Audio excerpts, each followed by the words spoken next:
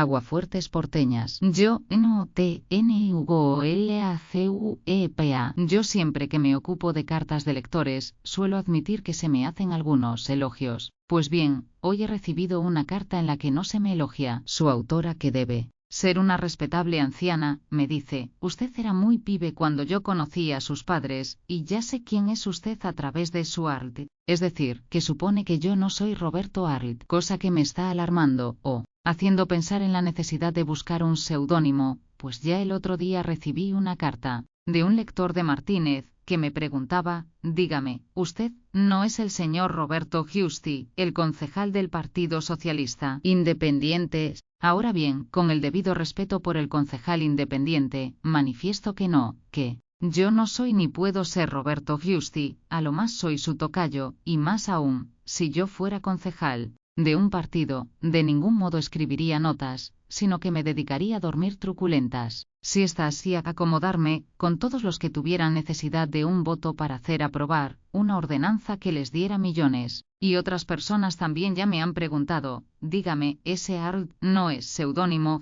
y ustedes comprenden que no es cosa agradable andar demostrándole a la gente que una vocal y 3 consonantes pueden ser un apellido. Yo no tengo la culpa que un señor ancestral, nacido vaya a saber en qué remota aldea de Germania o Prusia se llamara Arlt. No, yo no tengo la culpa. Tampoco puedo arguir que soy pariente de William Hart, como me preguntaba una lectora que le daba por la fotogenia y sus astros, mas tampoco me agrada que le pongan San Benitos a mi apellido y le anden buscando 3 pies. ¿No es, acaso, un apellido elegante, sustancioso, digno de un conde o de un barón? ¿No es un apellido digno de figurar en chapita de bronce en una locomotora o en una de esas máquinas raras que ostentan el agregado de máquina polifacética de Arlet?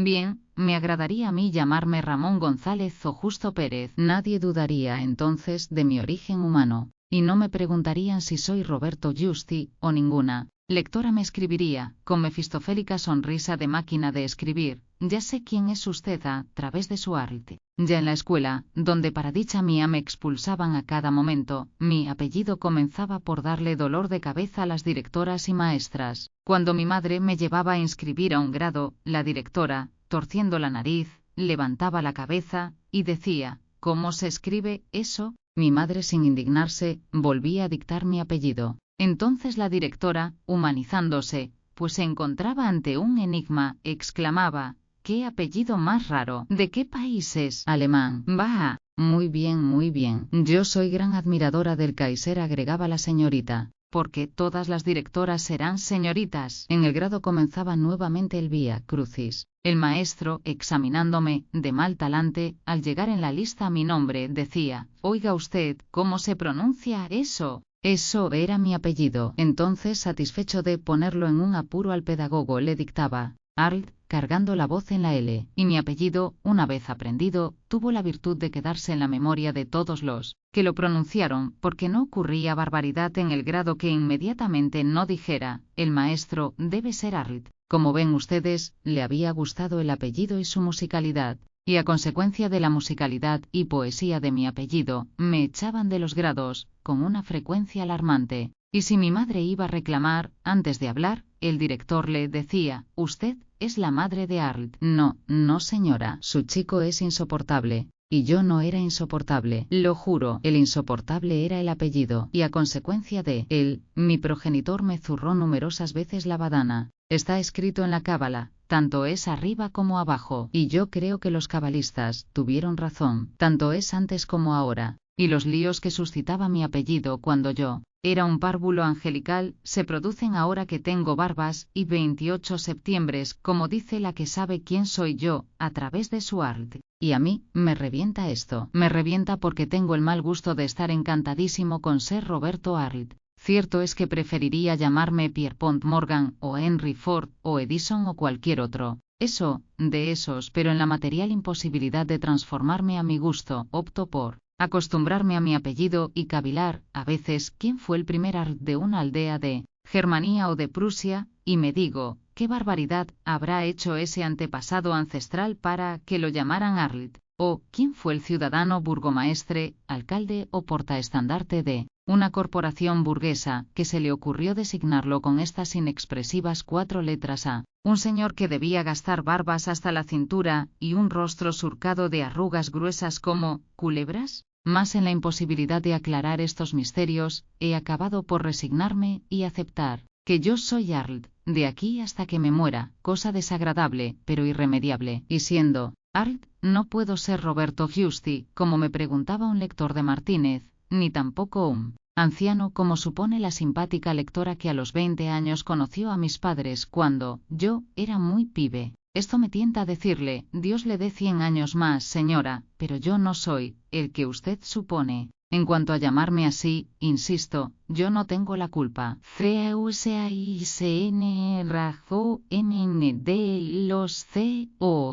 Hay buenos muchachitos, con metejones de primera agua, que le amargan la vida a sus respectivas novias promoviendo tempestades de celos, que son realmente tormentas en vasos de agua con lluvias de lágrimas y truenos de recriminaciones. Generalmente las mujeres son menos celosas que los hombres, y si son inteligentes, aun cuando sean celosas, se cuidan muy bien de descubrir tal sentimiento, porque saben que la exposición de semejante debilidad las entrega atadas de pies y manos al fulano que les sorbió el seso. De cualquier manera, el sentimiento de los celos es digno de estudio, no por los disgustos que provoca, sino por lo que revela en cuanto a psicología individual. Puede establecerse esta regla: cuanto menos mujeres ha tratado un individuo, más celoso es. La novedad del sentimiento amoroso conturba, casi asusta, y trastorna la vida de un individuo poco acostumbrado a tales descargas y cargas de emoción. La mujer llega a constituir para este sujeto un fenómeno divino exclusivo. Se imagina que la suma de felicidad que ella suscita en él puede proporcionársela a otro hombre, y entonces fulano se toma la cabeza, espantado al pensar que toda su felicidad está depositada en esa mujer, igual que en un banco. Ahora bien, en tiempos de crisis, ustedes saben perfectamente que los señores y señoras que tienen depósitos en instituciones bancarias se precipitan a retirar sus depósitos, poseídos de la locura del pánico.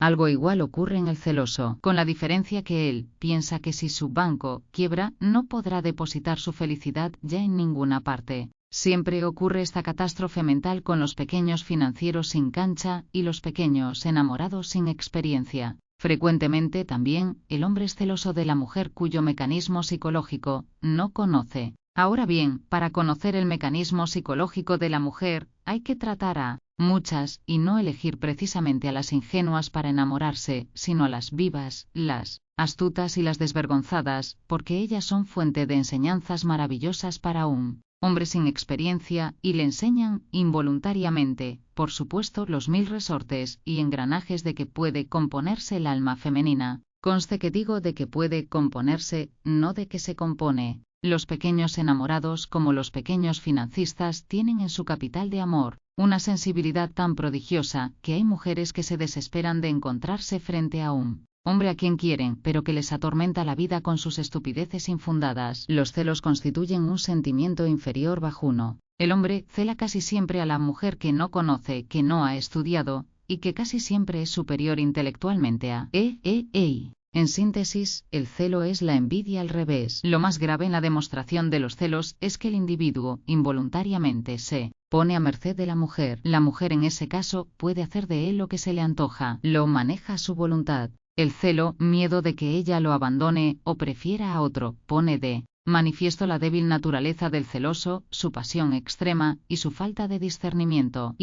Un hombre inteligente jamás le demuestra celos a una mujer, ni cuando es celoso se guarda prudentemente sus sentimientos, y ese acto de voluntad repetido continuamente en las relaciones con el ser que ama, termina por colocarle en un plano superior al de ella, hasta que, al llegar a determinado punto de control interior, el individuo llega a saber que puede prescindir de esa mujer el día que ella no proceda con él como es debido. A su vez, la mujer, que es sagaz e intuitiva, termina por darse cuenta de que con una naturaleza tan sólidamente plantada no se puede jugar, y entonces las relaciones entre ambos sexos se desarrollan con una normalidad que raras veces deja algo que desear, o terminan para mejor tranquilidad de ambos. Claro está que para saber ocultar diestramente los sentimientos subterráneos que nos sacuden, es menester un entrenamiento largo, una educación de práctica de la voluntad. Esta educación práctica de la voluntad es frecuentísima entre las mujeres. Todos los días nos encontramos con muchachas que han educado su voluntad y sus intereses de tal manera que envejecen a la espera de marido en celibato rigurosamente mantenido. Se dicen, algún día llegará.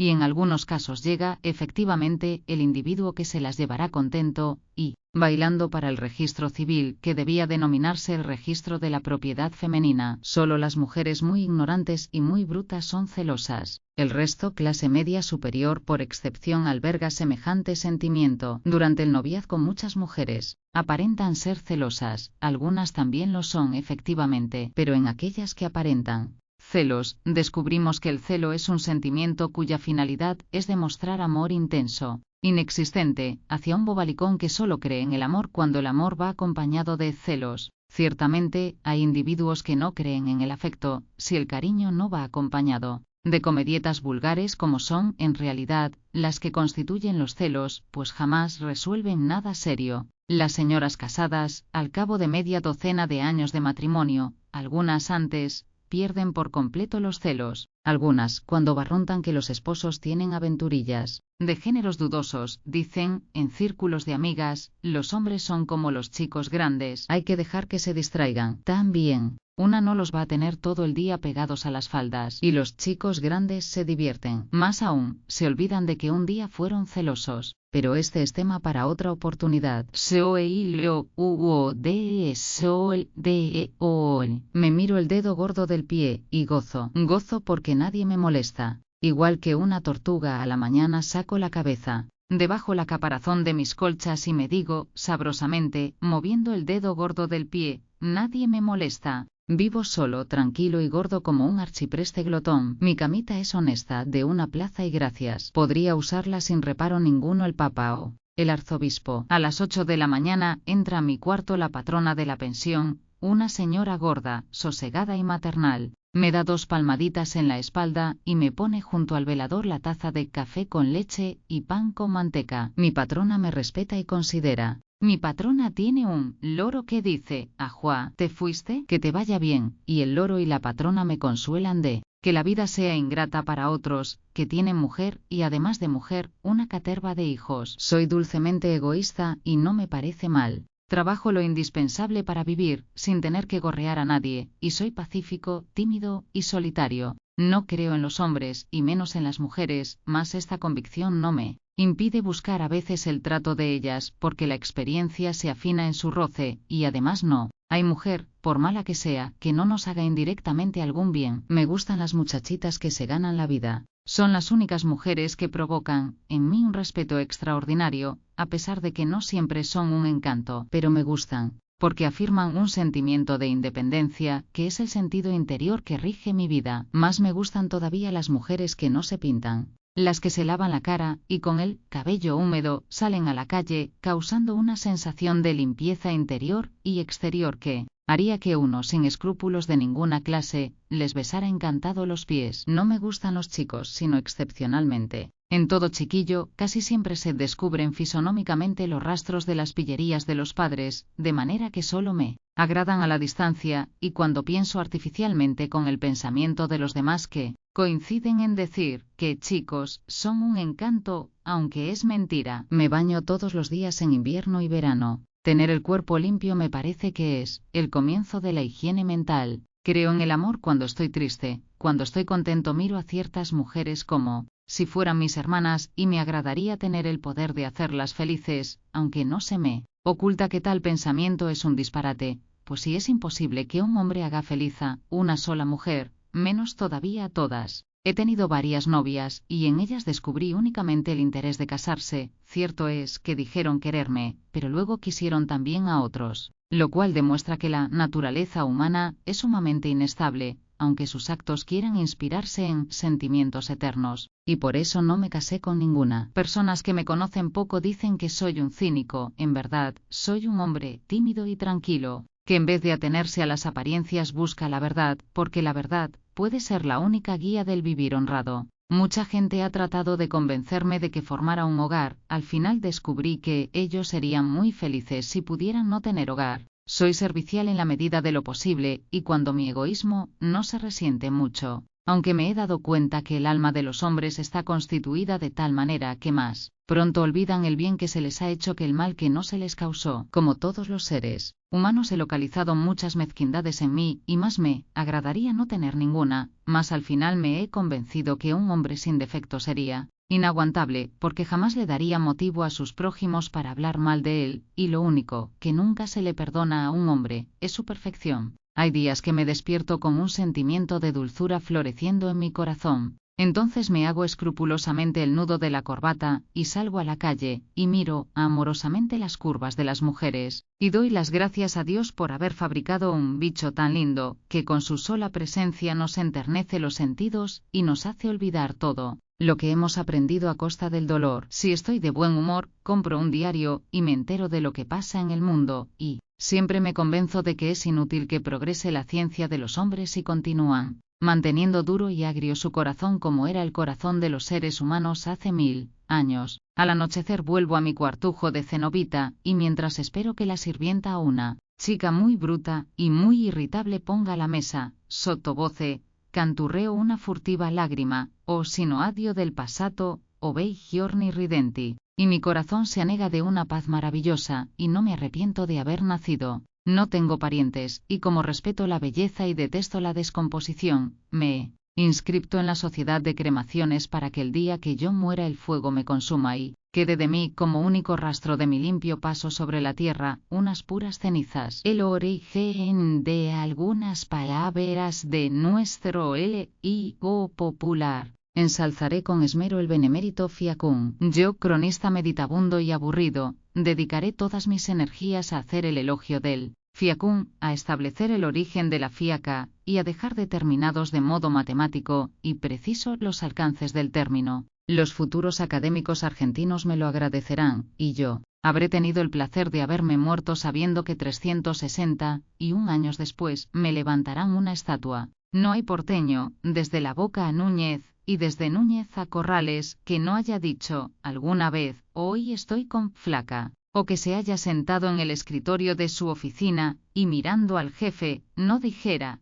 tengo una fiaca. De ello deducirán seguramente mis asiduos y entusiastas lectores que la fiaca expresa la intención de tirarse a muerto, pero ello es un grave error. Confundir la fiaca con el acto de tirarse a muerto es lo mismo que confundir un asno con una cebra, o un burro con un caballo. Exactamente lo mismo, y sin embargo a primera vista parece que no, pero es así. Sí, señores, es así, y lo probaré amplia y rotundamente, de tal modo que no quedará duda alguna respecto a mis profundos conocimientos de filología lunfarda, y no quedarán, porque esta palabra es auténticamente genovesa, es decir, una expresión corriente en el dialecto de la ciudad que tanto detestó el señor Dante Alighieri. La fiaca, en el dialecto genovés, expresa esto, desgano físico originado por la falta de alimentación momentánea, deseo de no hacer nada, languidez, sépore, ganas de acostarse en una hamaca paraguaya durante un siglo, deseos de dormir como los durmientes de Efeso, durante 100 y pico de años. Sí, todas estas tentaciones son las que expresa la palabreja mencionada, y algunas más. Comunicábame un distinguido erudito en estas materias, que los genoveses de La Boca, cuando observaban que un párvulo bostezaba, decían, tiene la fiaca encima, tiene, y de inmediato le recomendaban que comiera, que se alimentara. En la actualidad, el gremio de almaceneros está compuesto en su mayoría por comerciantes ibéricos, pero hace 15 y 20 años, la profesión de almacenero en Corrales, La Boca, Barracas, era desempeñada por italianos, y casi todos ellos oriundos de Génova. En los mercados se observaba el mismo fenómeno. Todos los puesteros, carniceros, verduleros y otros mercaderes provenían de la bella Italia, y sus dependientes eran muchachos argentinos, pero hijos de italianos, y el término trascendió. Cruzó la tierra nativa, es decir, La Boca, y fue desparramándose con los repartos por todos los barrios. Lo mismo sucedió con la palabra mangiar, que es la derivación de la perfectamente italiana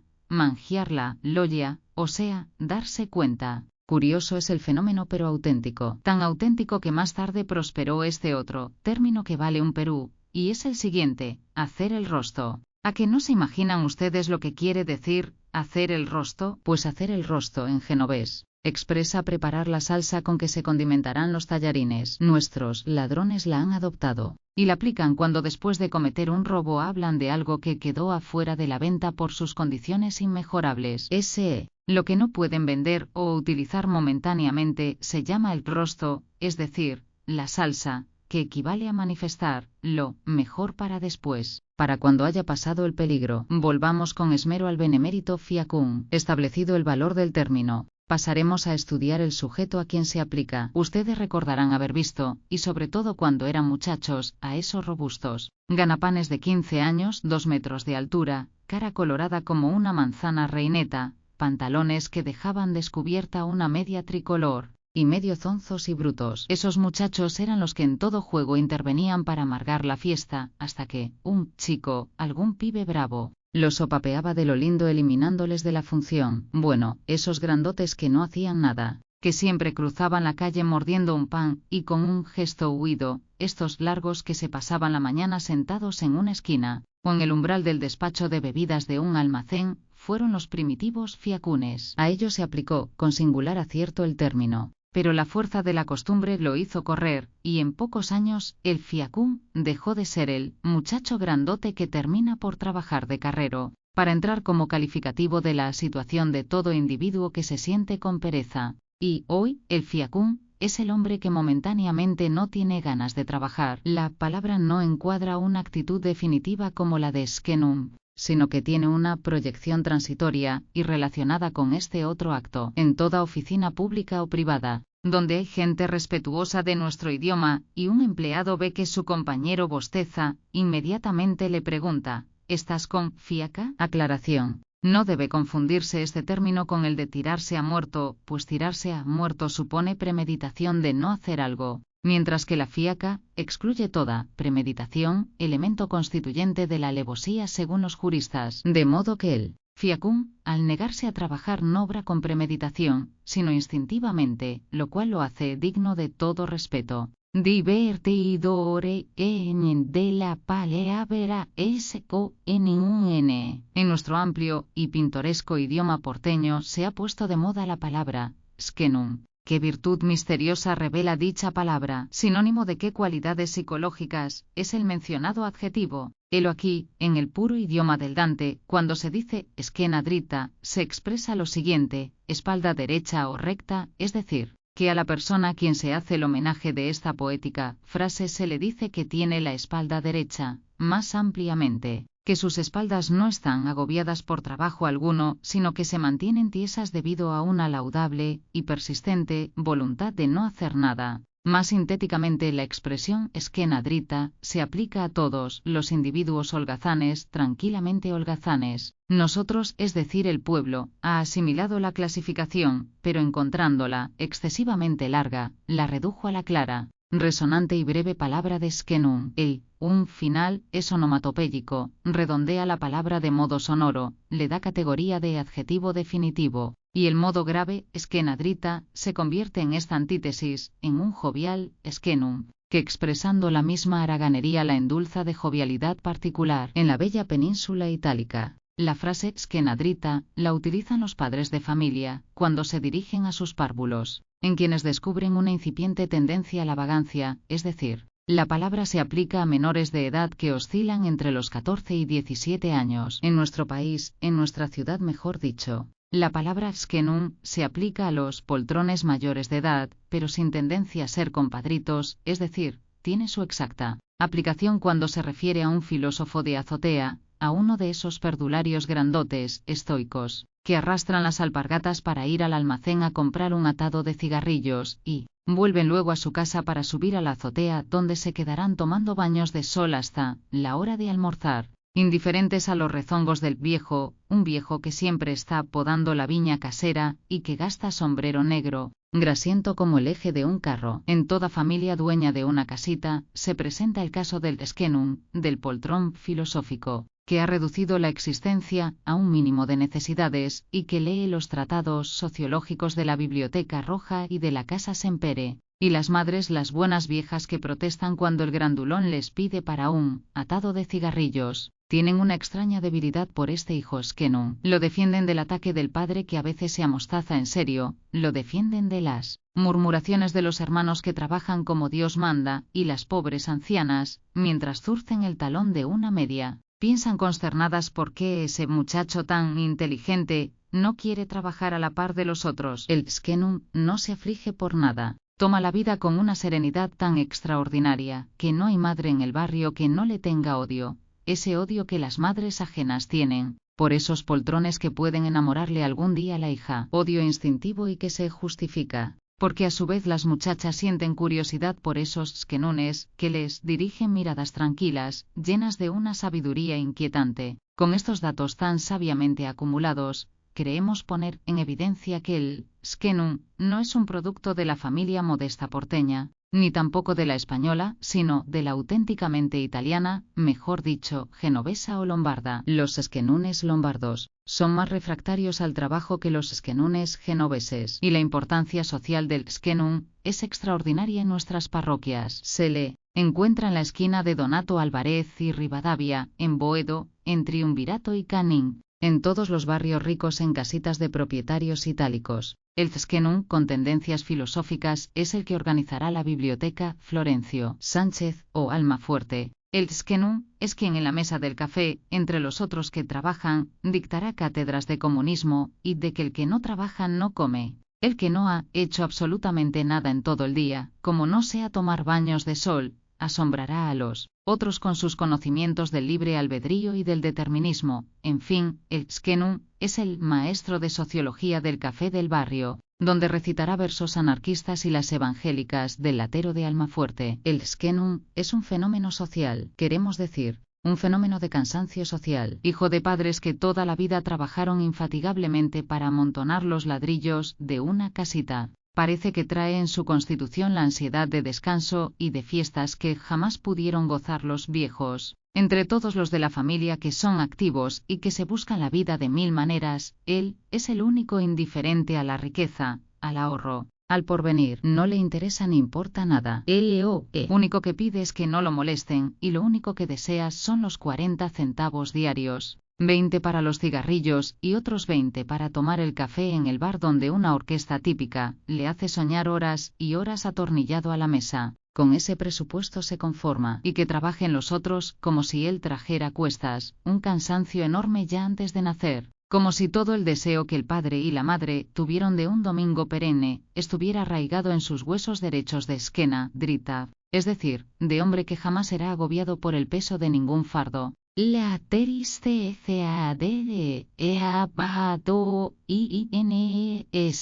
¿Será acaso porque me paso vagabundeando toda la semana que el sábado y el domingo se me antojan los días más aburridos de la vida? Creo que el domingo es aburrido de puro viejo y que el sábado inglés es un día triste, con la tristeza que caracteriza la raza que le ha puesto su nombre. El sábado inglés es un día sin color y sin sabor. Un día que no corta ni pincha en la rutina de las gentes, un día híbrido sin carácter, sin gestos. Es día en que prosperan las reyertas conyugales y en el cual las borracheras son más lúgubres que un de profundis, en el crepúsculo de un día nublado. Un silencio de tumba pesa sobre la ciudad. En Inglaterra o en países puritanos se entiende. Allí hace falta el sol, que es sin duda alguna la fuente natural de toda alegría, y como llueve o nieva, no hay a dónde ir, ni a las carreras siquiera. Entonces la gente se queda en sus casas al lado del fuego y ya, cansada de leer Punch, hojea la Biblia. Pero para nosotros el sábado inglés es un regalo modernísimo que no nos convence.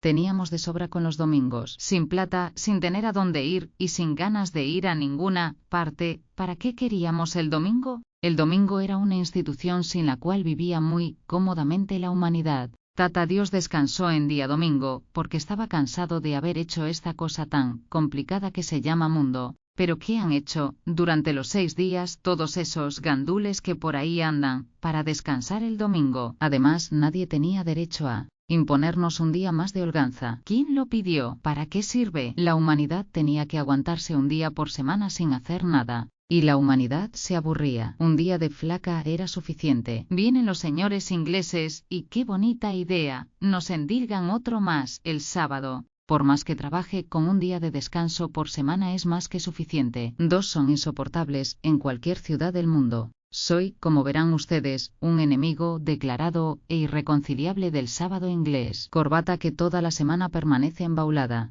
Traje que ostensiblemente tiene la rigidez de las prendas bien guardadas. Botines que crujían. Lentes con armadura de oro para los días sábado y domingo. Y tal aspecto de satisfacción de sí mismo, que daban ganas de matarlo. Parecía un novio. Uno de esos novios que compran una casa por mensualidades. Uno de esos novios que dan un beso a plazo fijo. Tan cuidadosamente lustrados tenía los botines que cuando salí del coche no me olvidé de pisarle un pie. Si no hay gente, el hombre me asesina. Después de este papanatas, hay otro hombre del sábado, el hombre triste, el hombre que cada vez que lo veo me apena profundamente. Lo he visto numerosas veces, y siempre me ha causado la misma y dolorosa impresión. Caminaba yo un sábado por una acera en la sombra, por la calle Alsina, la calle más lúgubre de Buenos Aires, cuando por la vereda opuesta, por la vereda del Sol, vi a un empleado de espaldas encorvadas que caminaba despacio, llevando de la mano una criatura de 3 años. La criatura exhibía inocentemente uno de esos sombreritos con cintajos, que sin ser viejos son deplorables, un vestidito rosa recién planchado, unos zapatitos para los días de fiesta. Caminaba despacio la nena, y más despacio aún, el padre, y de pronto tuve la visión de la sala de una casa de inquilinato, y la madre de la criatura, urea mujer joven y arrugada por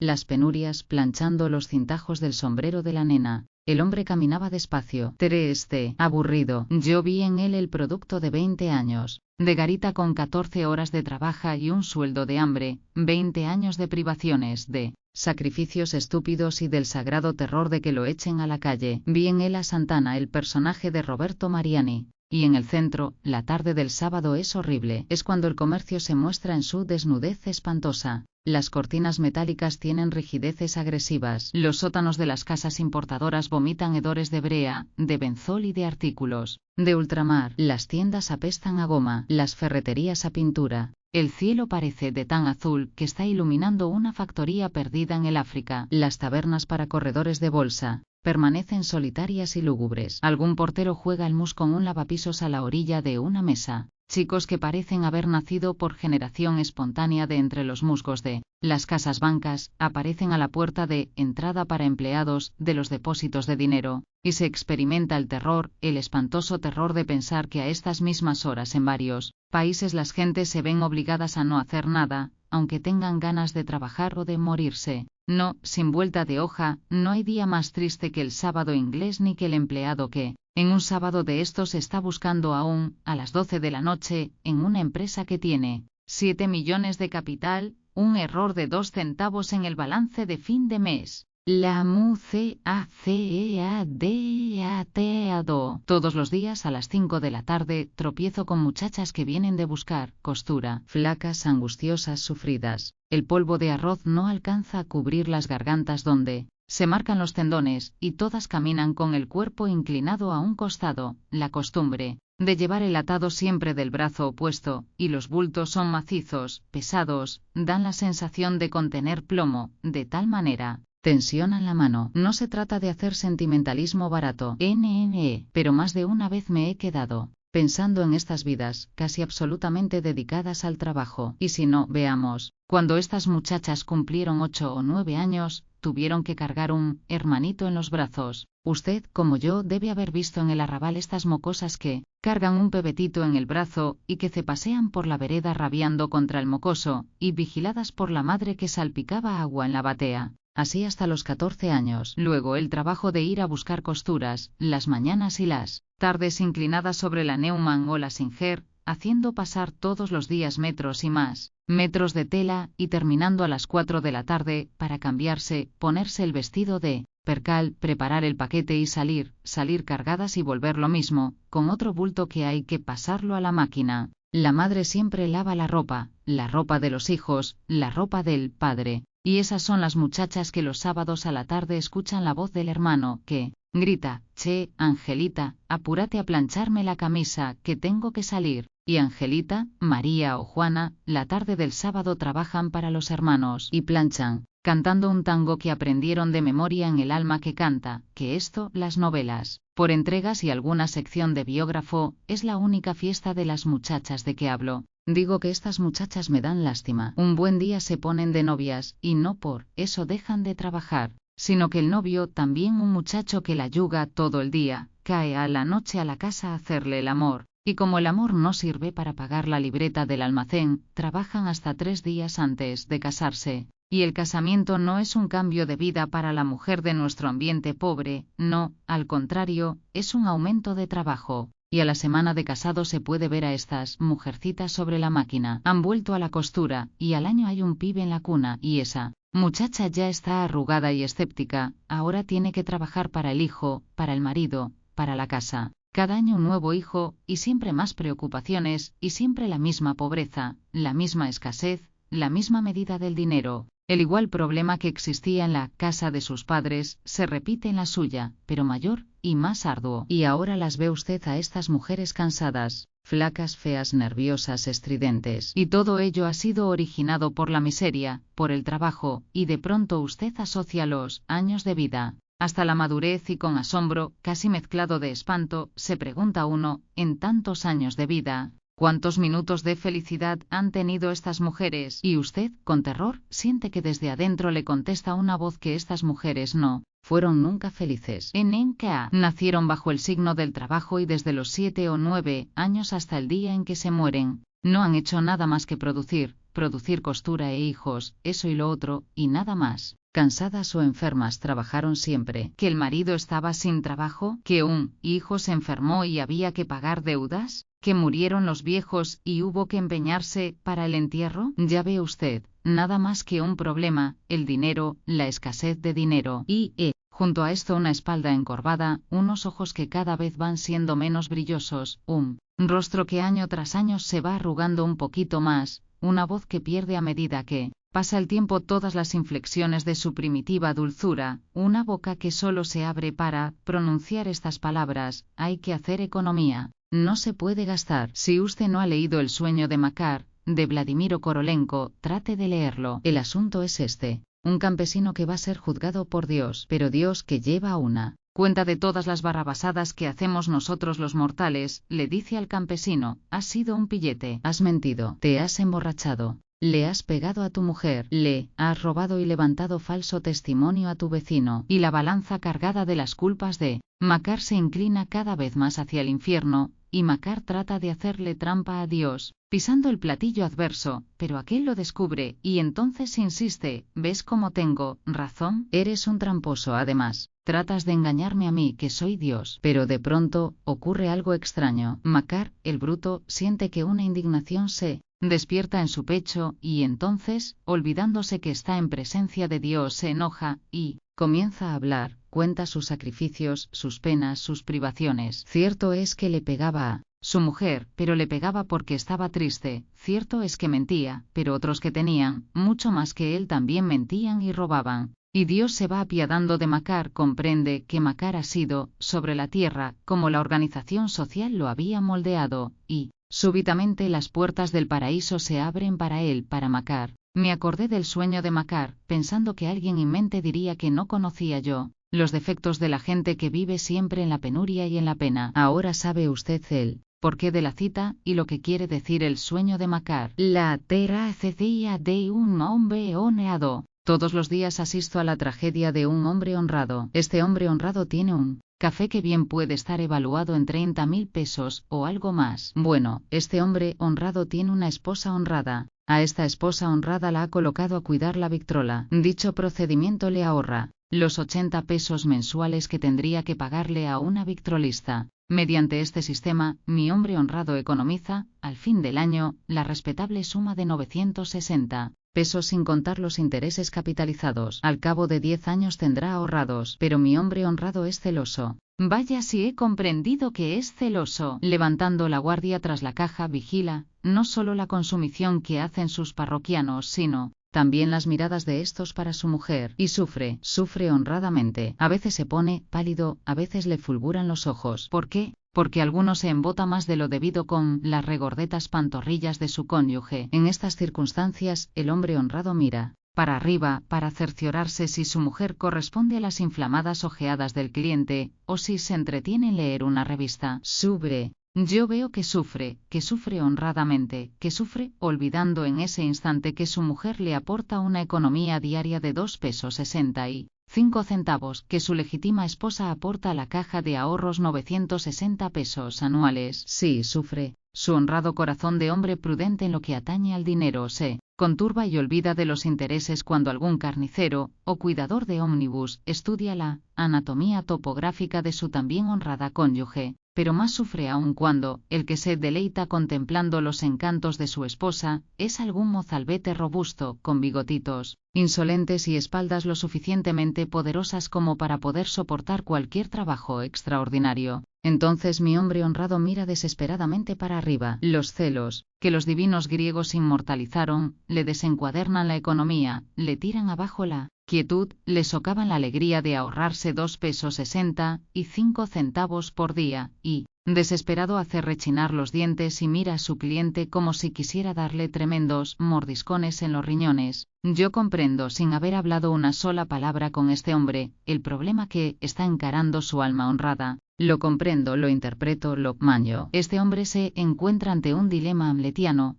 ante el problema de la burra Balaam, ante el horrible problema de ahorrarse 80 mangos mensuales. Son 80 pesos. ¿Saben ustedes los bultos, las canastas, las jornadas de 18 horas que este trabajó para ganar 80 pesos mensuales? No, nadie se lo imagina. De allí que lo comprendo. Al mismo tiempo quiere a su mujer. ¿Cómo no la va a querer? Pero no puede menos de hacerla trabajar, como el famoso tacaño de Anatole France no pudo menos de cortarle unas rebarbas a las monedas de oro que le ofrecía la Virgen. Seguía fiel a su costumbre, y 80 pesos son 8 billetes de a 10 pesos, 16 de a 5 y 16 billetes de a 5 pesos, son plata. Y la prueba de que nuestro hombre es honrado, es que sufre en cuanto empiezan a mirarle a la cónyuge. Sufre visiblemente. ¿Qué hacer? ¿Renunciar a los 80 pesos, o resignarse a una posible desilusión conyugal? Si este hombre no fuera honrado, no le importaría que le cortejaran a su propia esposa. Más aún, se dedicaría como el célebre señor Bergeret, a soportar estoicamente su desgracia. No, mi cafetero no tiene pasta de marido extremadamente complaciente. En él todavía late el Cid, don Juan, Calderón de la Barca, y toda la honra de la raza, mezclada la terribilísima avaricia de la gente del terruño. Son 80 pesos mensuales. ¡80! Nadie renuncia a 80 pesos mensuales porque sí. Él ama a su mujer, pero su amor no es incompatible con los 80 pesos. También ama su frente limpia de todo adorno, y también ama su comercio, la economía bien organizada, la boleta de depósito en el banco, la libreta de cheques. ¿Cómo ama el dinero, este hombre honradísimo, malditamente honrado? A veces voy a su café y me quedo 1 hora, 2, 3. Él cree que cuando le miro a la mujer estoy pensando en ella, y está equivocado. En quien pienso es en Lenin, en Stalin, en T.O.T.E.I. Pienso con una alegría profunda y endemoniada en la cara que este hombre pondría si mañana un régimen revolucionario le dijera: todo su dinero es papel mojado. Los tomadores de sol en el botánico. La tarde de ayer lunes fue espléndida, sobre todo para la gente que nada tenía que hacer, y más aún para los tomadores de sol consuetudinarios, gente de principios higiénicas y naturistas, ya que se resignan a tener los botines rotos, antes que perder su bañito de sol. Y después hay ciudadanos que se lamentan de que no haya hombres de principios y estudiosos, individuos que sacrifican su bienestar personal para estudiar botánica y sus derivados, aceptando ir con el traje hecho pedazos antes de perder tan preciosos conocimientos. Examinando la gente que pulula por el jardín botánico, uno termina por plantearse este problema: ¿por qué las ciencias naturales poseen tanta aceptación entre sujetos que tienen catadura de vagos? ¿Por qué la gente bien vestida no se dedica, con tanto frenesí, a un estudio semejante, saludable para el cuerpo y para el espíritu? Porque esto es indiscutible, el estudio de la botánica engorda. No he visto a un bebedor de sol que no tenga la piel lustrosa, y un cuerpazo bien nutrido y mejor descansado. ¡Qué aspecto, qué bonomía, qué edificación ejemplar para un señor que tenga tendencias al misticismo! Porque no dejarán de reconocer ustedes que una ciencia tan infusa, Como la botánica debe tener virtudes esenciales para engordar a sujetos que calzan botines rotos, de otro modo no se explicaría.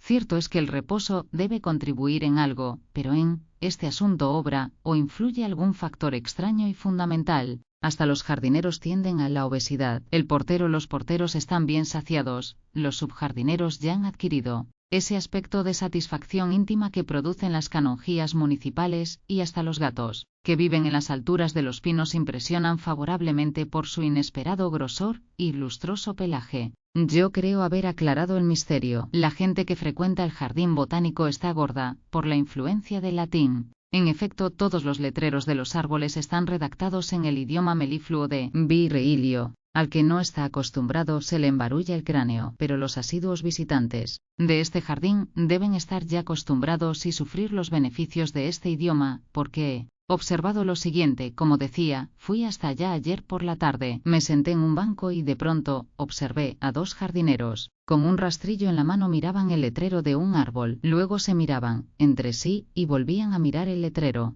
Para no interrumpir sus meditaciones mantenían el rastrillo completamente inmóvil, de modo que no cabía duda alguna de que esa gente ilustraba sus magníficos espíritus con el letrero escrito en el idioma del latoso Virgilio, y el éxtasis que tal lectura parecía producirles debía ser infinito, ya que los dos individuos, completamente quietos como otros tantos budas a la sombra del árbol de la sabiduría, no movían el rastrillo, ni por broma. Tal hecho me llamó sumamente la atención y decidí continuar mi observación, pero pasó una hora y yo me aburrí. El deliquio de esos pelafustanes frente al letrero era inmenso. El rastrillo permanecía junto a ellos como si no existiera. ¿Se dan cuenta ustedes ahora de la influencia del botánico latín sobre los espíritus superiores? Estos hombres, en vez de rastrillar la tierra, como era su deber, permanecían de brazos cruzados en honor a la ciencia, a la naturaleza y al latín. Cuando me fui, di vuelta a la cabeza. Continuaban meditando. Los rastrillos olvidados. No me extrañó de que engordaran.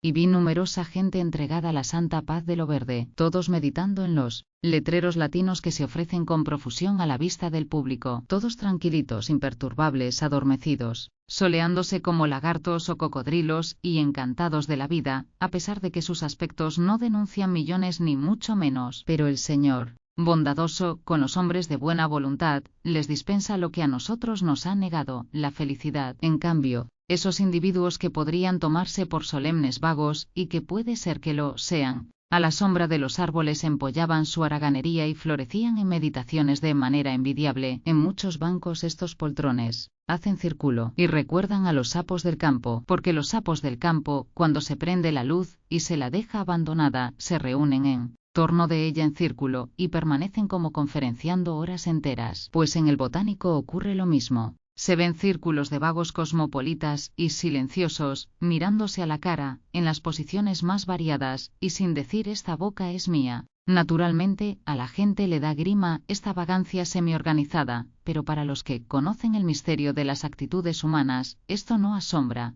Esa gente aprende idiomas, se interesa por las llamadas lenguas muertas y se regocija contemplando los cartelitos de los árboles. ¿Dónde se reúnen ahora los enamorados? ¿Han perdido el romanticismo? El caso es que en el botánico lo que más escasean son las parejas amorosas. Solo se ve algún matrimonio, proyecto que recrea sus ojos sin perjudicar sus rentas, ya que para distraerse recorren los senderos solitarios, separados uno de otro medio metro. En definitiva, no sé si porque era lunes, o porque la gente ha encontrado otros lugares de distracción. El caso es que el jardín botánico ofrece un aspecto de desolación que espanta, y lo único noble son los árboles. Los árboles que envejecen apartándose de los hombres para recoger el cielo entre sus brazos.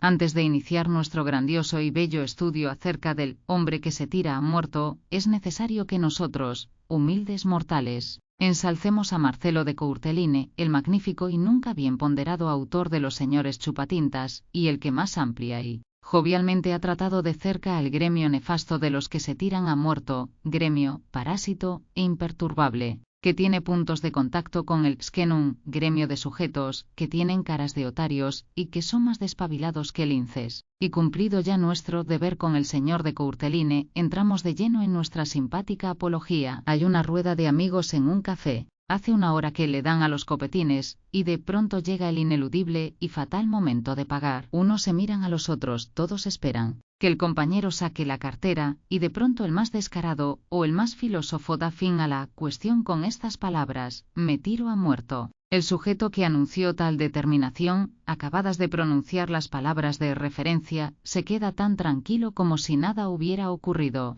Los otros lo miran, pero no dicen hoste ni moste. El hombre acaba de anticipar la última determinación admitida en él. Lenguaje porteño: se tira a muerto. ¿Quiere ello decir que se suicidará? No, ello significa que nuestro personaje no contribuirá con un solo centavo a la suma que se necesita para pagar los copetines de marras. En definitiva, no sé si porque era lunes, o porque la gente ha encontrado otros lugares de distracción. El caso es que el jardín botánico ofrece un aspecto de desolación que espanta, y lo único noble son los árboles. Los árboles que envejecen apartándose de los hombres para recoger el cielo entre sus brazos.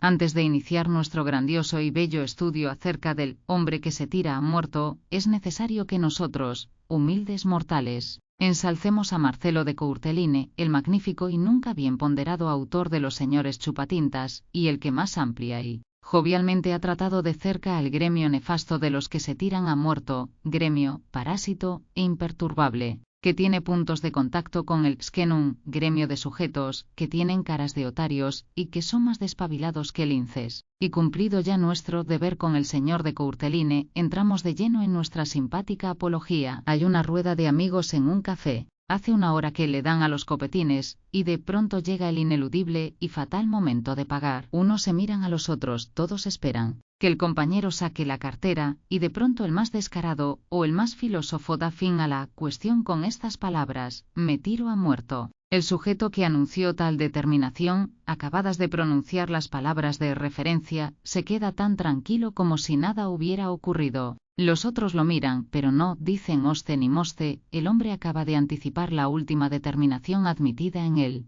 Lenguaje porteño: se tira a muerto. ¿Quiere ello decir que se suicidará? No, ello significa que nuestro personaje no contribuirá con un solo centavo a la suma que se necesita para pagar los copetines de marras. Luego ingresó a una oficina, descubrió con su instinto de parásito cuál era el hombre más activo, y se apegó a él. De modo que teniendo que hacer entre los dos un mismo trabajo, en realidad éste lo hiciera, porque tan lleno de errores estaba el trabajo del que se tira a muerto, y los jefes acabaron por acostumbrarse al hombre que se tira a muerto. Primero protestaron contra ese inútil, luego, hartos, le dejaron hacer, y el hombre que se tira a muerto florece en todas las oficinas, en todas nuestras reparticiones nacionales, aun en las empresas donde es sagrada ley chuparle la sangre al que aún la tiene. La naturaleza con su sabia previsión de los acontecimientos sociales y naturales, y para que jamás le faltara tema a los caballeros que se dedican a hacer notas, ha dispuesto que haya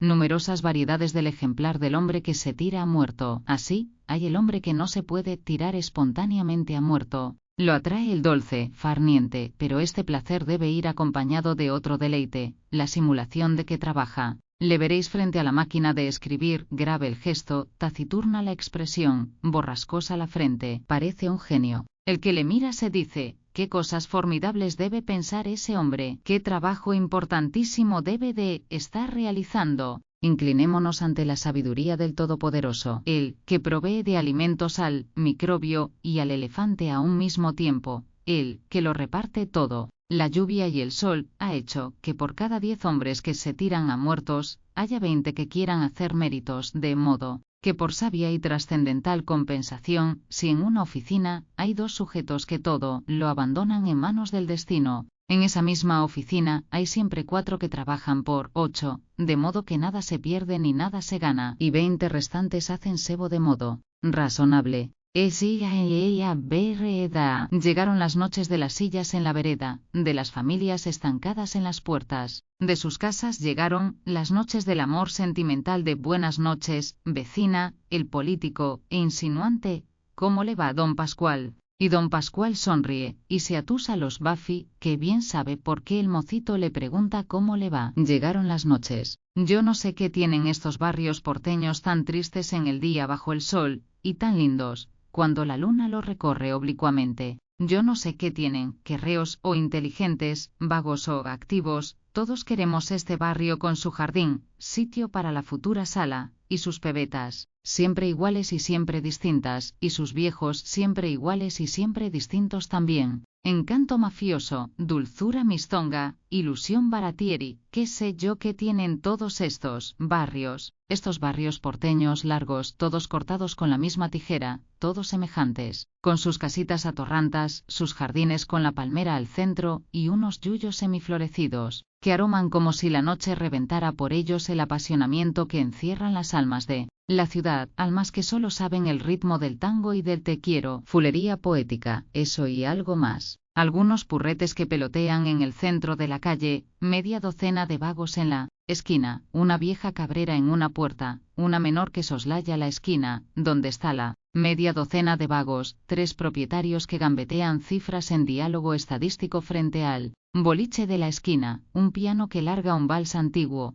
un perro que atacado repentinamente de epilepsia, circula, se extermina a tarascones una colonia de pulgas que tiene junto a las vértebras de la cola, una pareja en la ventana oscura de una sala, las hermanas en la puerta y el hermano complementando la media docena de vagos que turrean en la esquina. Esto es todo y nada más. Fulería poética, encanto miso, el estudio de Bacho de Beethoven junto a un tango de Filiberto o de Matos Rodríguez. Esto es el barrio porteño, barrio profundamente nuestro, barrio que todos reoso, inteligentes, llevamos metido en el tuétano como una brujería de encanto que no muere, que no morirá jamás. Y junto a una puerta, una silla, silla donde reposa la vieja, silla donde reposa el jovie, silla simbólica, silla que se corre 30 centímetros más hacia un costado cuando llega una visita que merece consideración, mientras que la madre o el padre dice, nena, tráete otra silla, silla cordial de la puerta de calle, de la vereda, silla de amistad, silla donde se consolida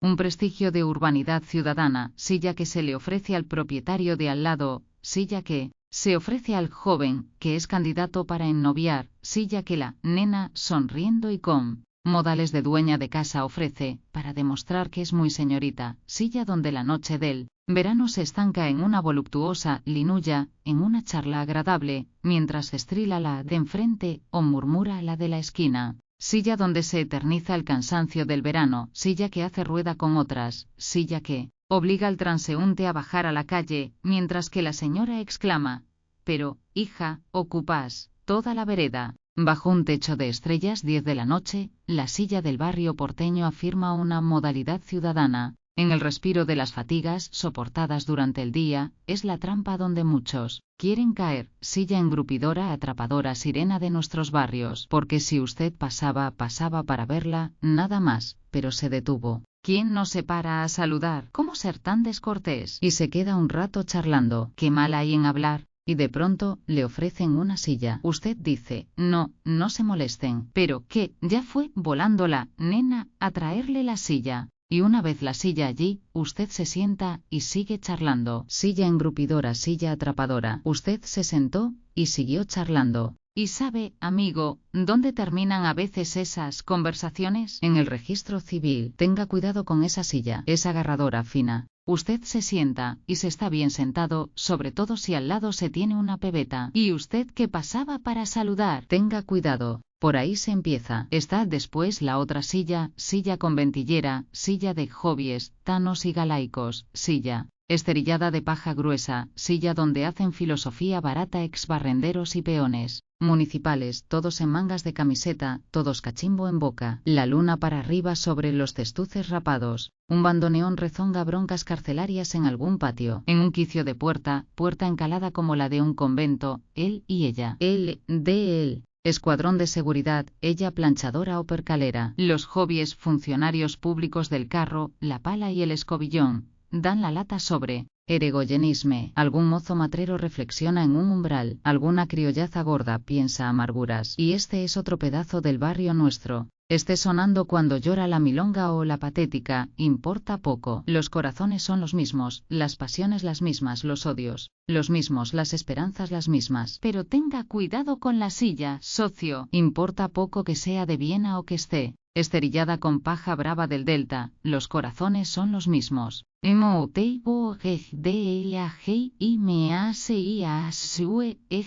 no sé si ustedes se han fijado el calor brutal que hacía ayer.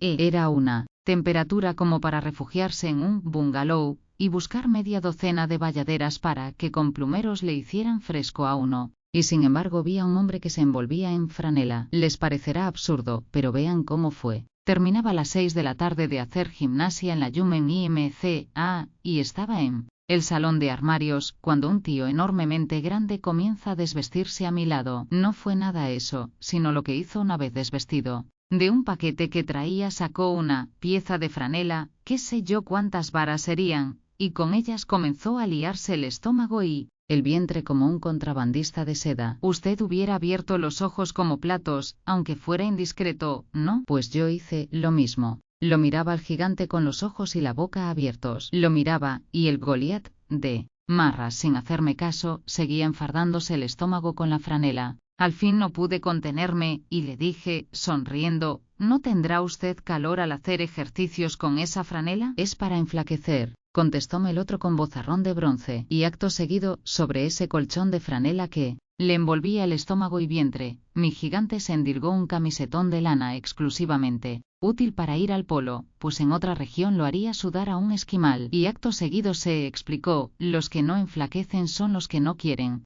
Luego, olímpicamente, me volvió la espalda, y se dirigió a la cancha a hacerse una buena media hora de descoyuntamiento al trote. Y un señor que había escuchado todo lo que conversamos, y que sabía quién era yo, me dijo, vea, aquí en la asociación no hay uno que no haga gimnasia sueca por algún motivo. El hombre es de por sí haragán, y cuando se resuelve a hacer un esfuerzo al que no está acostumbrado, es porque algo grave le pasa en el interior. Usted, por ejemplo, ¿por qué hace gimnasia? Me lo recomendó un médico. Estaba excesivamente nervioso. ¿Ha visto? Yo, en cambio, le voy a contar una historia. Usted será discreto, es decir que no dirá que he sido yo quien se la ha contado. Encantado, cuénteme lo que quiera. ¿Puedo hacer una nota con su historia? Sí, y allá va. He aquí el relato del compañero de gimnasia. Tenía una novia con la cual corté relaciones bruscamente. Nos dirigimos cartas atroces. Lo grave es que yo la quería tanto, que una vez que hube cortado comprendí que me iba a ocurrir algo terrible.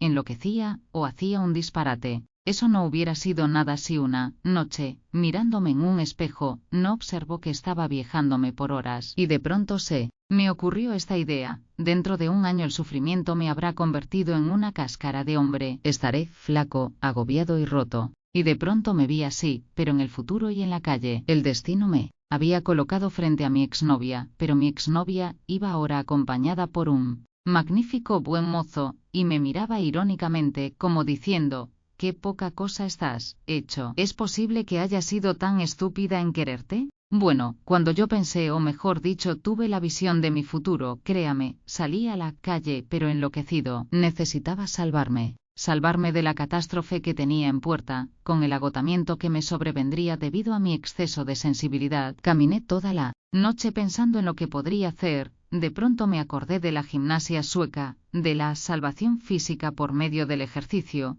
y créame, he pasado unos minutos de deslumbramiento maravilloso, de una alegría como la que debieron experimentar los místicos, cuando comprendían que habían encontrado la entrada del paraíso. Excuso decirle que yo era un perezoso como los que usted pinta en sus notas, y algo peor todavía, indolente hasta decir basta, pues no dormí esa noche, fíjese, no tenía dinero. Empeñé todo lo que tenía para pagar los derechos de entrada a la Yumen y 2 días después, estaba haciendo gimnasia. Usted que comienza a hacer ejercicio ahora, se dará cuenta de los efectos de la gimnasia en un individuo físicamente agotado, espiritualmente desmoralizado. Más de una vez estuve tentado de abandonarlo todo, pero en momentos en que iba a dejar la fila se me aparecía el fantasma de esa muchacha, en compañía del otro que algún día la acompañaría por la calle. De esos dos fantasmas solo veía yo dos ojos burlones, los de ella, diciendo, qué poca cosa sos, y entonces, créame, aunque estaba dolorido, con los músculos tensos, casi quemando, hacía un esfuerzo, apretaba los dientes y rabioso persistía en el ejercicio, en la ejecución perfecta de los movimientos. Y qué alegría, amigo, cuando hacemos vencer a la voluntad. Y así ya ves, de un hombre físicamente insignificante que era me he convertido en una máquina casi perfecta.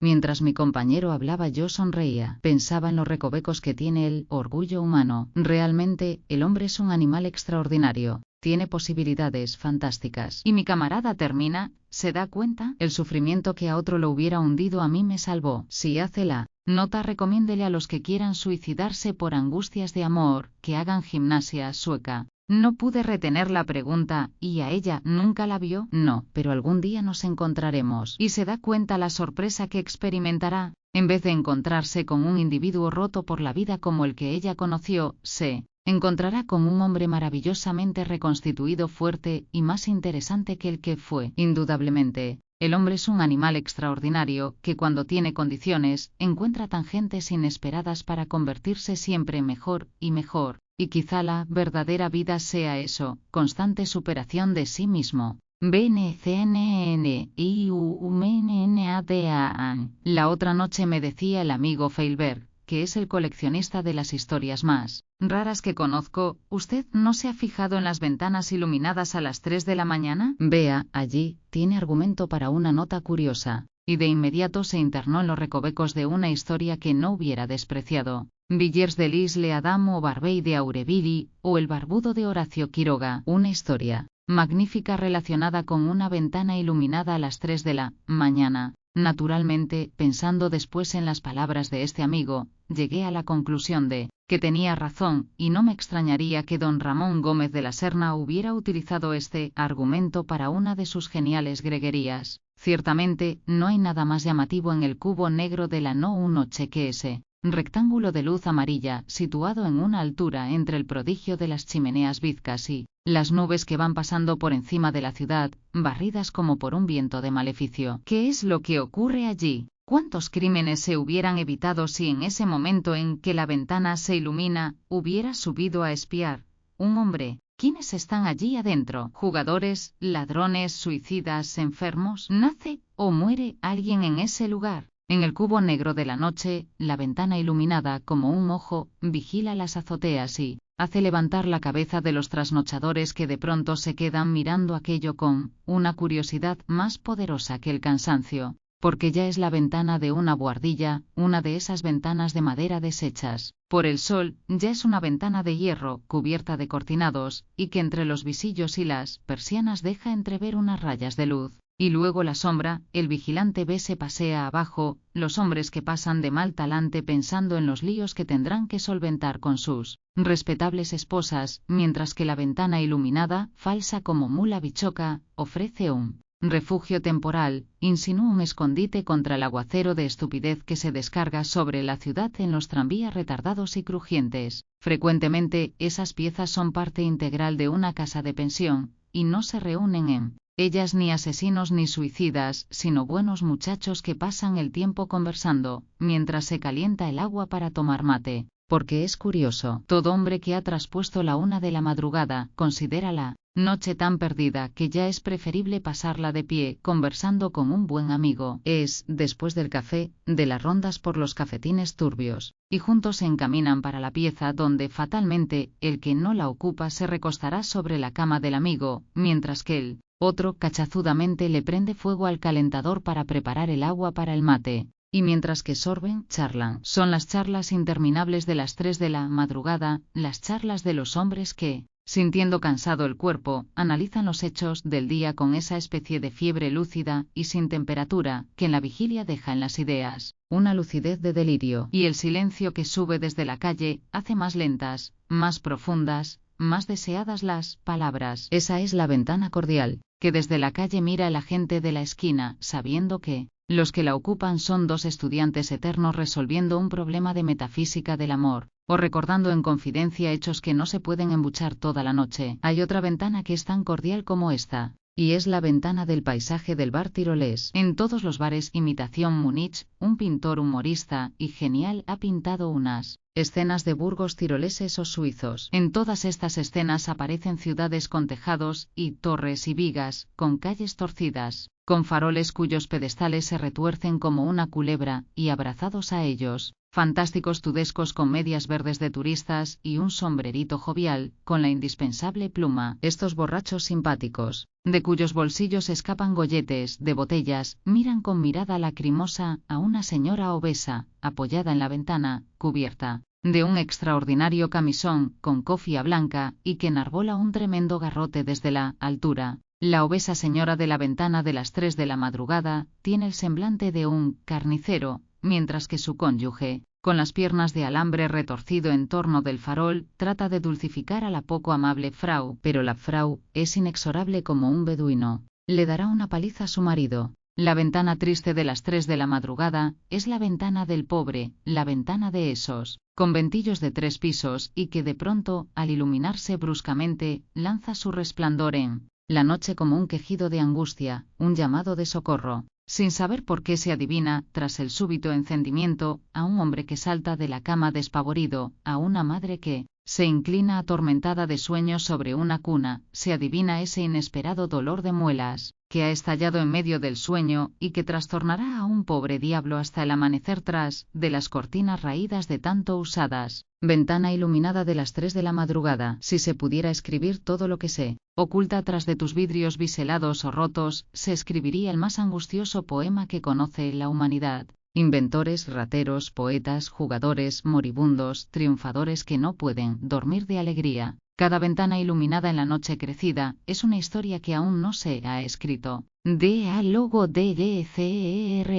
Días pasados, tabique por medio, en una lechería con pretensiones de reservado para familias, escuché un diálogo que se me quedó pegado en el oído, por lo pelafustanesco que resultaba. Indudablemente, el individuo era un divertido, porque las cosas que decía movían a risa. He aquí lo que más o menos retuve, el tipo. Decime, yo no te juré amor eterno. ¿Vos podés afirmar bajo testimonio de escribano público que te juré amor eterno? ¿Me juraste vos amor eterno? NNE. Y entonces, ella, ni falta hacía que te jurara, porque bien sabes que te quiero. El tipo, eso es harina de otro costal. Ahora hablemos del amor eterno. Si yo no te juré amor eterno, ¿por qué me haces cuestión y me querellas? Ella, monstego, te sacaría los ojos. El tipo, y ahora me amenazas en mi seguridad personal. ¿Te das cuenta? ¿Querés privarme de mi libertad de albedrío? Ella, ¿qué disparates estás diciendo? El tipo, es claro, vos no me querés dejar tranquilo. Pretendés que como un manso cabrito me pase la vida adorándote. Ella, manso cabrito vos. Buena pieza, desvergonzado hasta decir basta. El tipo, no satisfecha con amenazarme en mi seguridad personal, me injurias de palabra. Ella, si no me juraste amor eterno, en cambio me dijiste que me querías. El tipo, eso es harina de otro costal. Una cosa es querer, y otra cosa querer siempre. Cuando yo te dije que te quería. Ahora, ella, amenazadora. ¿Ahora qué? El tipo tranquilamente. Ahora no te quiero como antes. Ella, ¿y cómo me querés, entonces? El tipo, con mucha dulzura, te quiero ver lejos. Ella, un descarado como vos no he conocido nunca. El tipo, por eso siempre te recomendé que viajaras. Viajando se instruye uno. Pero no vayas a viajar en ómnibus, ni en tranvía. Toma un vapor grande, grandote, y andate, lejos. Ella furiosa. ¿Y por qué me besabas entonces? El tipo, eso es harina de otro costal. Ella, pareces panadero.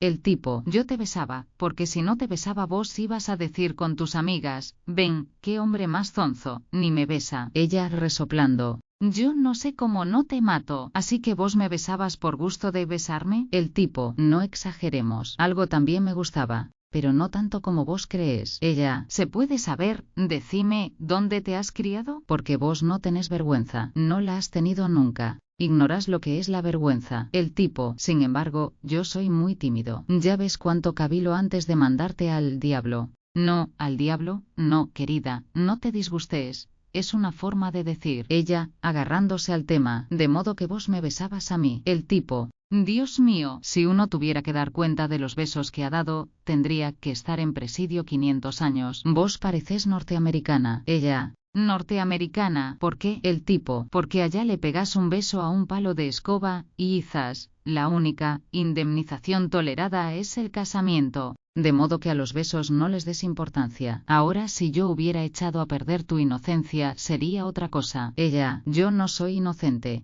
Inocentes son los locos y los bobos. El tipo: convengamos que decís una verdad grande como una casa, y luego me reprochás de ser injusto. Te doy la razón, querida. Sí, te la doy ampliamente. ¿Qué pecado me reprochás entonces? ¿El que te haya dado unos besos? Ella: ¿unos besos? Si fueron como 40. El tipo: no, estás mal, o tengo que suponer que vos no entendés de matemáticas. Pongamos que son 10 besos, y estaremos en la cuenta. Y tampoco llegan a 10. Además, no valen porque son ósculos paternales. Y ahora, después de enojarte que te haya besado, te enojas porque no quiero seguir besándote. ¿Quién las entiende a ustedes las mujeres? Ella: me enojo porque me querés abandonar infamemente. El tipo: yo no te di más que unos besos para que vos no les dijeras a tus amigas que yo era un tipo zonzo. No tengo otro pecado sobre mi conciencia. ¿Qué me recriminas?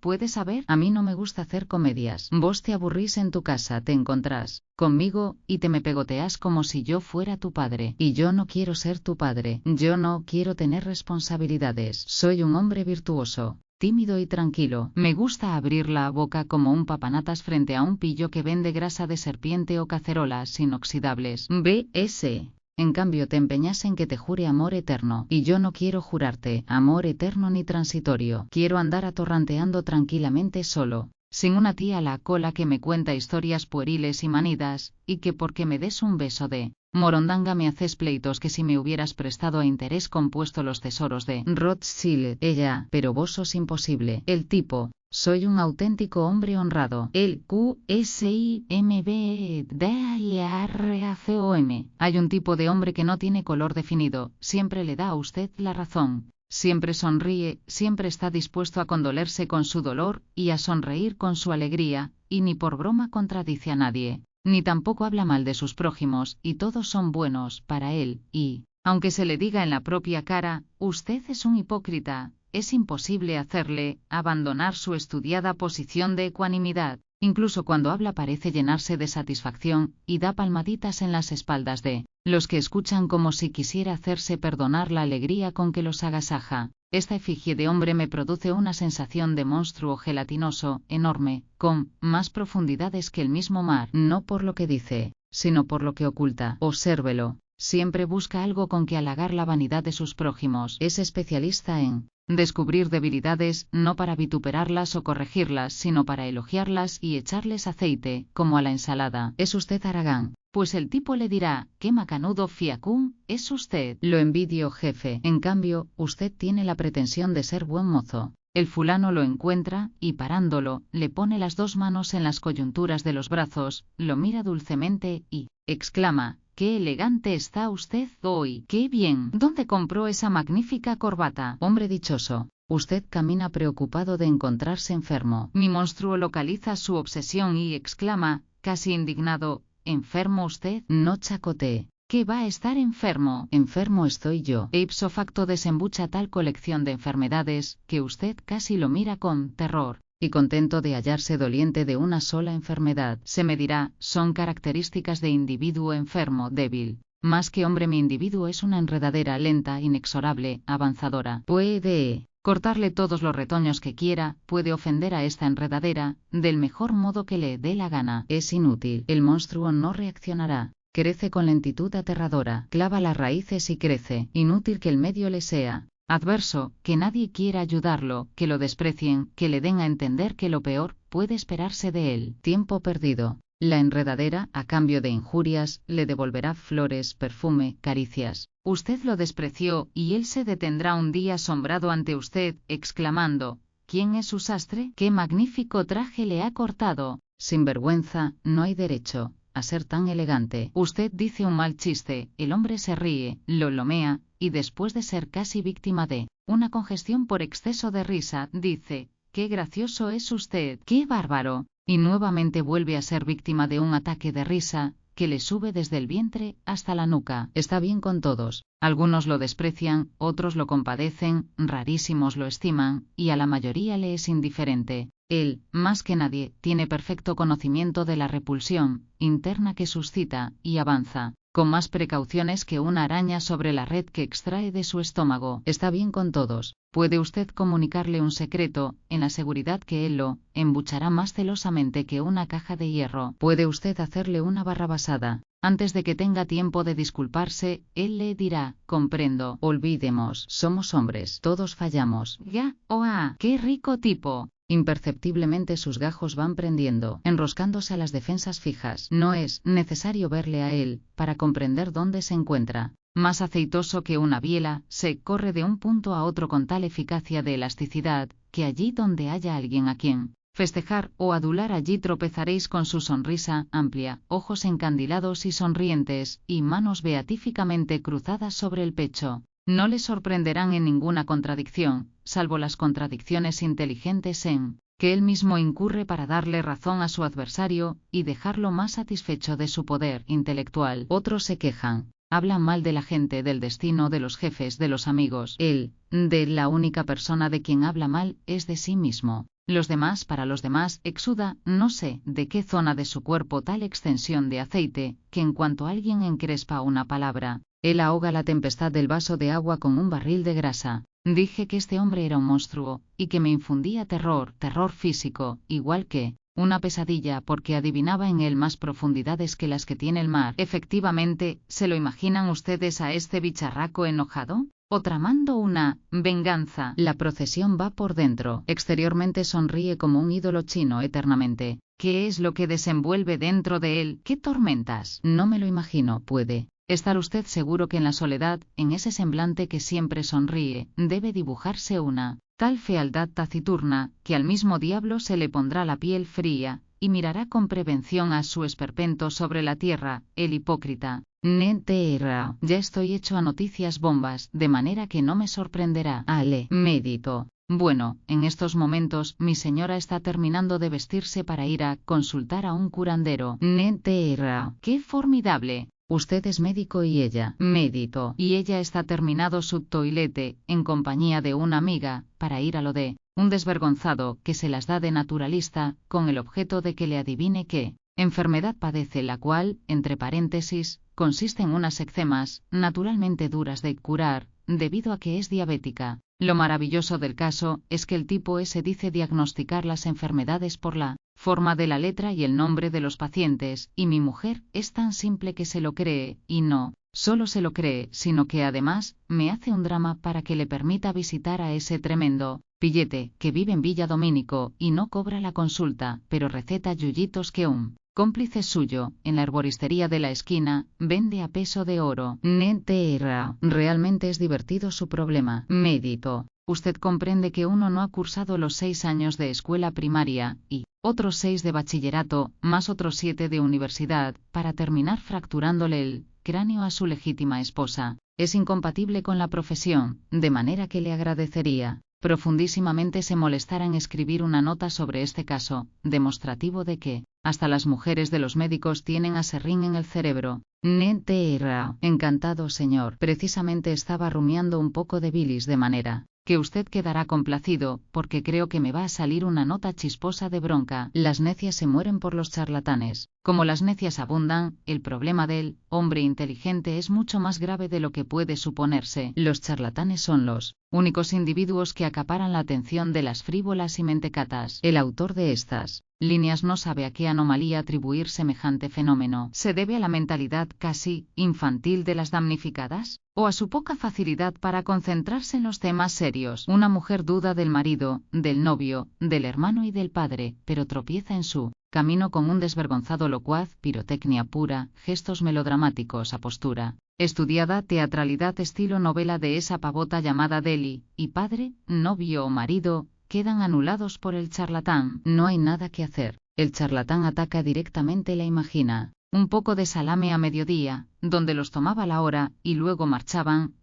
infatigablemente hasta el oscurecer, en que se recogían. Después pasaron muchos meses. No volví a verlos, hasta que un año después apareció, el viejo, pero tan ancianizado que parecía una momia. El hijo no lo acompañaba, se había muerto de enfermedad larga. Todas las economías se fueron al diablo. Estaba tan enormemente triste, que de pronto le dijo a mi madre: yo ya no poner esperanza en trabajo, jugar lotería ahora, ni no volver a Turquía. El turco es soñador por naturaleza, de allí que sea jugador. Y a ello se une su vida, una vida de trabajo que es desmoralizadora en su más alto grado, y para la cual se requieren una serie de fuerzas que pronto se acaban, y para dejar de trabajar de una vez trabaja y juega, trabaja para poder jugar, se juega, semana por semana, jugada por jugada, hasta el último centavo de ganancia que le ha quedado, y luego empieza otra vez. ¿No ha sido ahora? ¿Será mañana? ¿Quién lo sabe? El azar de los números solo Dios lo conoce, por eso juega.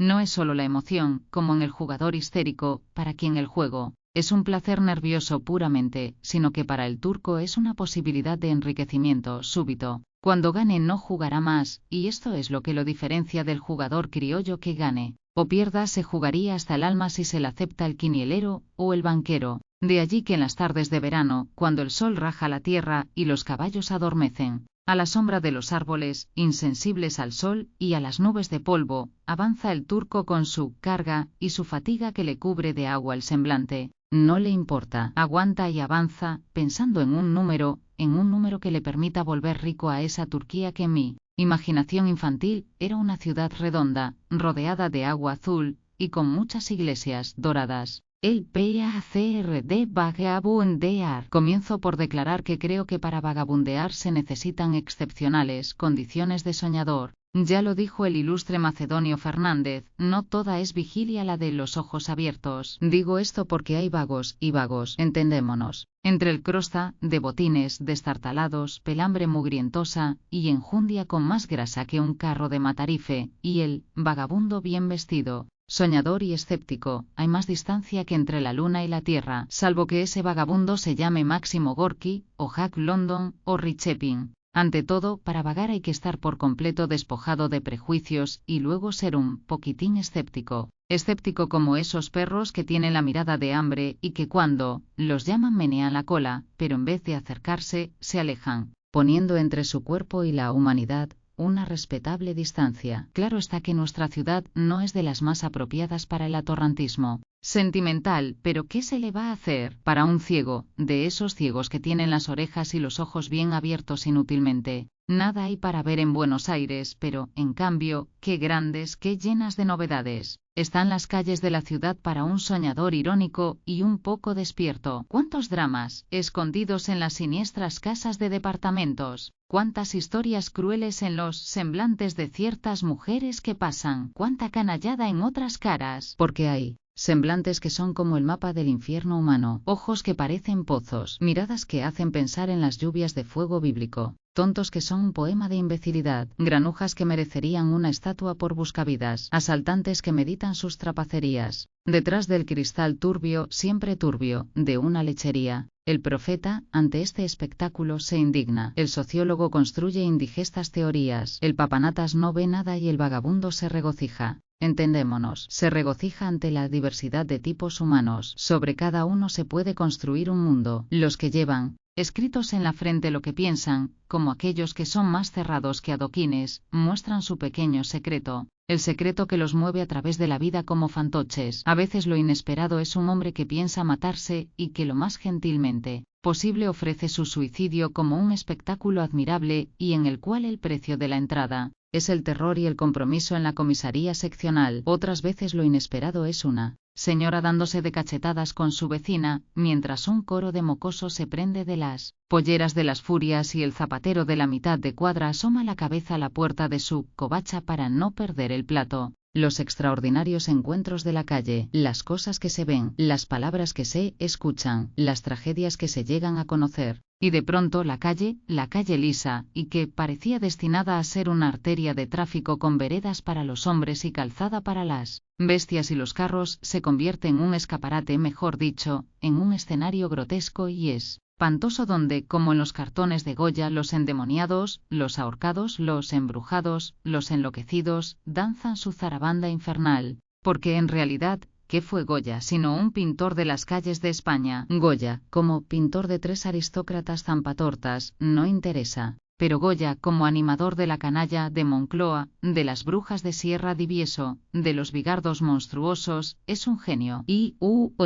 genio que da miedo, y todo eso lo vio vagabundeando por las calles. La ciudad desaparece. Parece mentira, pero la ciudad desaparece para convertirse en un emporio infernal. Las tiendas, los letreros luminosos, las casas quintas, todas esas apariencias, bonitas y regaladoras de los sentidos, se desvanecen para dejar flotando en el aire agriado las nervaduras del dolor universal, y del espectador se ahuyenta el afán de viajar. Más aún, llegado a la conclusión de que aquel que no encuentra todo el universo encerrado en las calles de su ciudad, no encontrará una calle original en ninguna de las ciudades del mundo, y no las encontrará porque el ciego en Buenos Aires es ciego en Madrid o Calcuta. Recuerdo perfectamente que los manuales escolares pintan a los señores o caballeritos que callejean como futuros perdularios, pero yo he aprendido que la escuela más útil para el entendimiento es la escuela de la calle, escuela agria, que deja en el paladar un placer agridulce y que enseña todo aquello que los libros no dicen jamás, porque desgraciadamente los libros los escriben los poetas o los tontos. Sin embargo, aún pasará mucho tiempo antes de que la gente se dé cuenta de la utilidad de darse unos baños de multitud y de callejeo, pero el día que lo aprendan serán más sabios, y más perfectos y más indulgentes, sobre todo. Sí, indulgentes, porque más de una vez he pensado que la magnífica indulgencia que ha hecho eterno a Jesús derivaba de su continua vida en la calle, y de su comunión con los hombres buenos y malos, y con las mujeres honestas y también con las que no lo eran.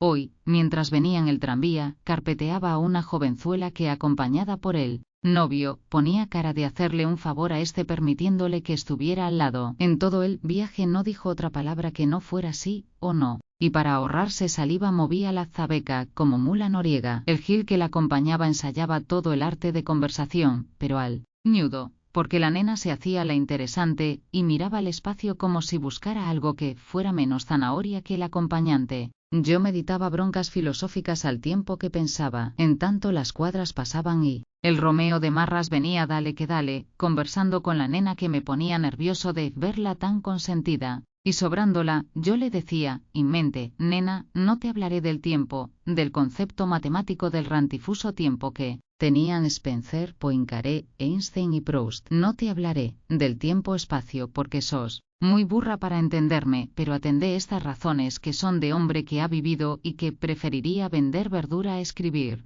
No lo desprecies al tipo que llevas al lado. No, nena, no lo desprecies. El tiempo, esa abstracción matemática que revuelve la sesera a todos los otarios con patentes de sabios, existe, nena. Existe para escarnio de tu trompita que dentro de algunos años tendrá más arrugas que guante de vieja o traje de cesante. Atenti, piba, que los siglos corren. Cierto es que tu novio tiene cara de zanahoria, con esa nariz fuera de ordenanza, y los tegobitos como los de una foca. Cierto que en cada fosa nasal puede llevar contrabando, y que tiene la mirada pitañosa como sirviente sin sueldo o babión sin destino. Cierto que hay muchachos más lindos, más simpáticos, más ranas, más prácticos para pulsar la vihuela de tu corazón, y cualquier cosa que se le ocurra al que me lee. Cierto es, pero el tiempo pasa a pesar de que Spencer decía que no existía y Einstein afirme que es una realidad de la geometría euclidiana que no tiene minga que ver con las otras geometrías. Atenti, nena, que el tiempo pasa,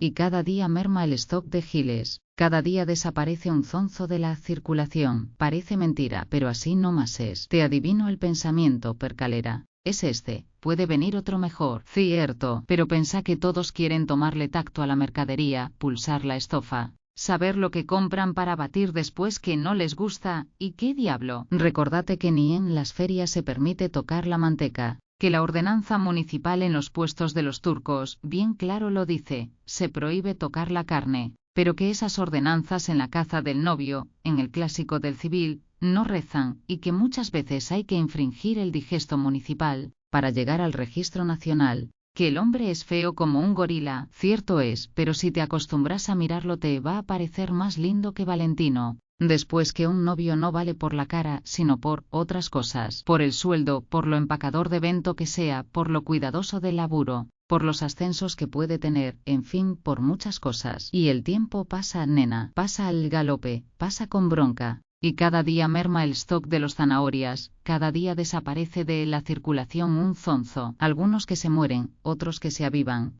Así iba yo pensando en el bondi donde la moza las iba de interesante por el señor que la acompañaba. Juro que la autoengrupida no pronunció media docena de palabras durante todo el viaje, y no era yo solo el que la venía carpeteando, sino que también otros pasajeros se fijaron en el silencio de la fulana, y hasta sentíamos bronca y vergüenza, porque el mal trago lo pasaba un hombre, y qué diablos. Al fin y al cabo, entre los leones hay alguna solidaridad, aunque sea involuntaria. En Caballito, la niña subió a una combinación, mientras que el Gil se quedó en la acera, esperando que el bondi rajara. Y ella desde arriba y él desde la rúa se miraban con comedia de despedida sin consuelo, y cuando el Gaita Motorman arrancó, él, como quien saluda a una princesa, se quitó el capelo mientras que ella digitaleaba en el espacio como si se alejara en un piccolo navío, y fijándome en la pinta de la dama, nuevamente reflexioné: atenti, nena, que el tiempo raja. Todavía estás a tiempo de atrapar al zonzo que tratas con prepotencia, pero no te ilusiones.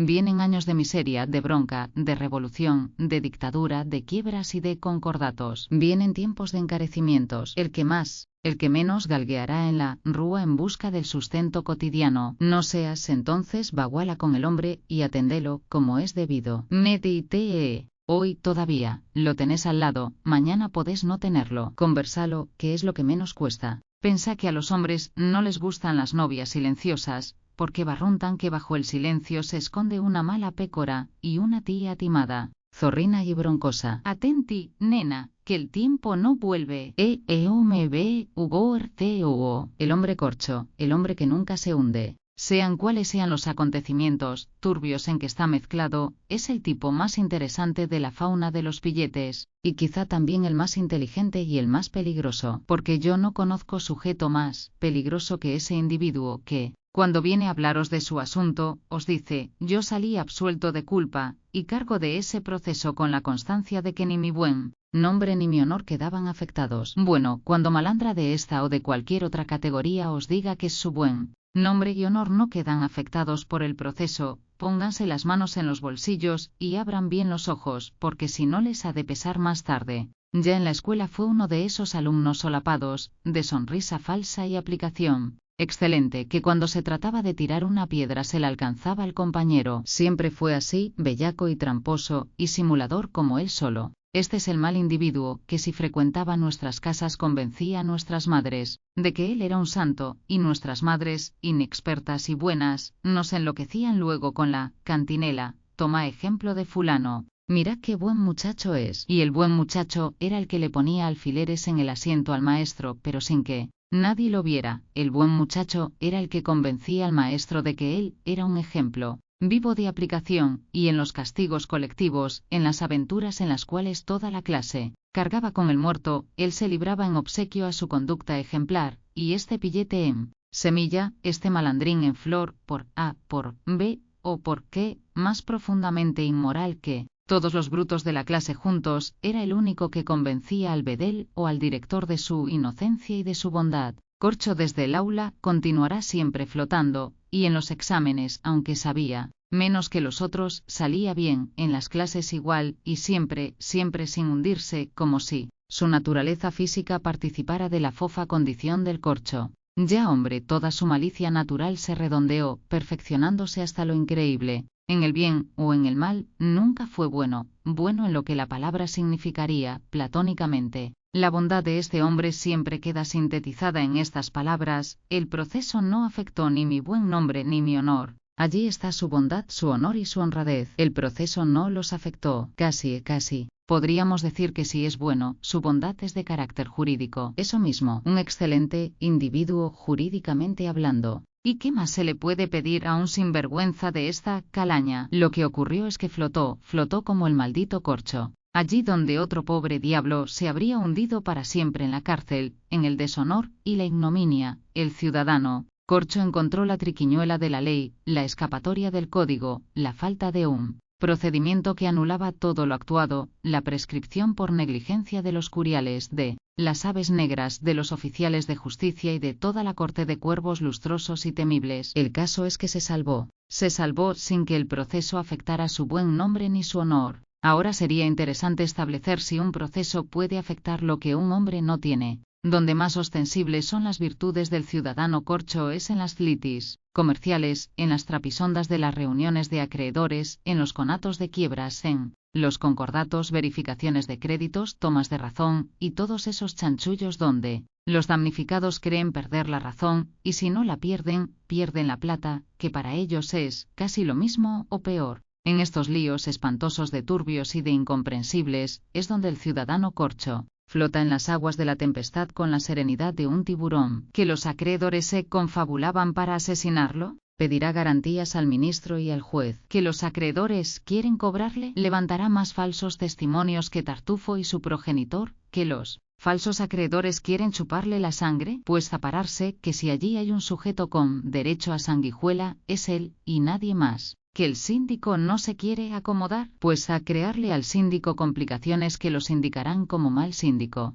Y tanto va y viene, y da vueltas, y trama combinaciones, que al fin de cuentas el hombre corcho los ha embarullado a todos, y no hay Cristo que se entienda, y el ganancioso, el único ganancioso, es él. Todos los demás van muertos. Fenómeno singular, caerá como el gato, siempre de pie. Si es en un asunto criminal, se libra con la condicional; si en un asunto civil, no paga ni el sellado; si en un asunto particular, entonces, que Dios os libre. Tremendo, astuto y cauteloso, el hombre corcho no da paso ni puntada en falso, y todo le sale bien. Así como en la escuela pasaba los exámenes aunque no supiera la lección, y en el examen siempre acertó por una bolilla favorable, este sujeto, en la clase de la vida, la acierta igualmente. Si se dedicó al comercio, y el negocio le va mal, siempre encuentra un zonzo a quien endosárselo. Si se produce una quiebra, él es el que, a pesar de la ferocidad de los acreedores, los arregla con un 15% a pagar en la eternidad,